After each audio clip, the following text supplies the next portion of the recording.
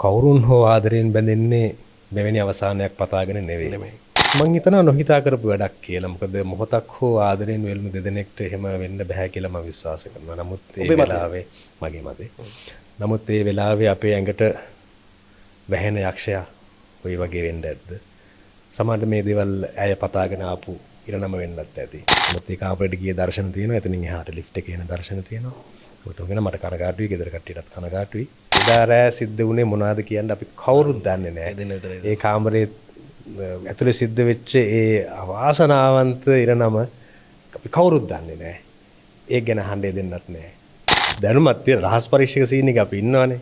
ඒ කියන්නේ අපි මේ රහස් හොයනවට වඩා අපේ රහස් හංග ගන්න අපි ගොඩක් දේවල් කරනවානේ. ඒ වෙනුවෙන් කැප වෙනවා.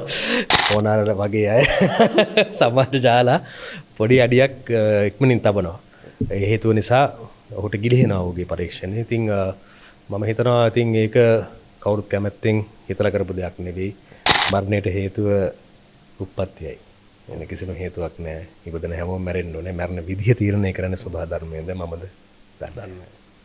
අපි හැමෝටම එක තැනකදී වැරදුනා.